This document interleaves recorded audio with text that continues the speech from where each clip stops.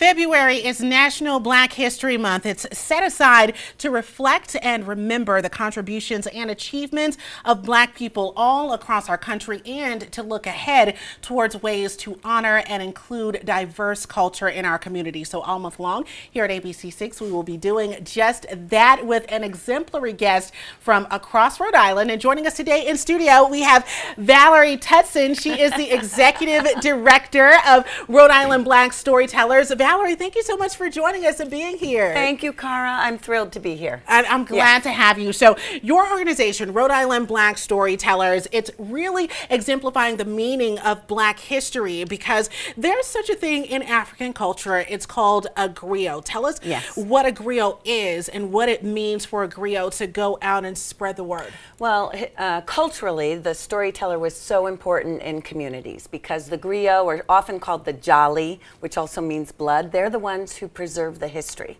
and who pass it on from generation to generation. Then, of course, you've got your other storytellers who are the ones who pass on the folklore, which is fun stuff that also embodies the cultural values. So you've got kind of two traditions going on. You've got the historical stuff and the cultural stuff in the storytelling. And you all embrace both and you go out into the community. We do. Tell us a little bit about the organization and the impact, how you all are making a difference. So we've been doing this. This is now our 26th year, which is absolutely incredible to really think about. Yeah.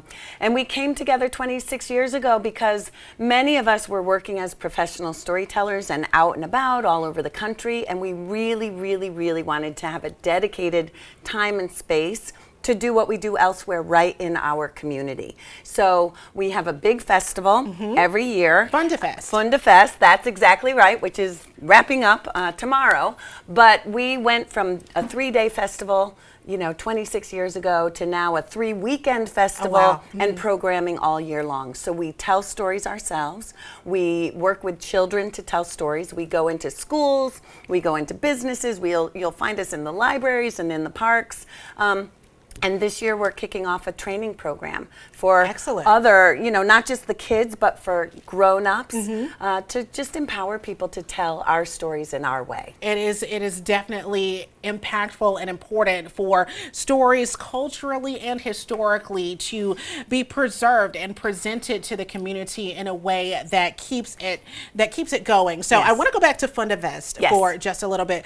You guys have some interesting intersections that particularly pertain to Rhode Island in the form of tennis, you mentioned. Yes, and just a different way of telling stories this year. Tomorrow on Saturday we have Black History Day, and we're calling it Black History Live Plus because we've got 2 new films that are going to be premiered. One was inspired by an exhibit at the International Tennis Hall of Fame in Newport, which had a little bit about Black history in there. And one of our storytellers, Rochelle Garner-Coleman, dived in there and created a piece, and many of the Black storytellers locally portray the tennis players throughout history in this piece that's going to premiere tomorrow. And there was also an influential person from RISD who is going to be showcased there. So we're also doing a one-woman show which kicks off tomorrow with Sylvia Ann Soares, and she's going to portray Nancy Elizabeth Prophet. Nancy Elizabeth Prophet was the first Black Indigenous woman to graduate from the Rhode Island School of Design.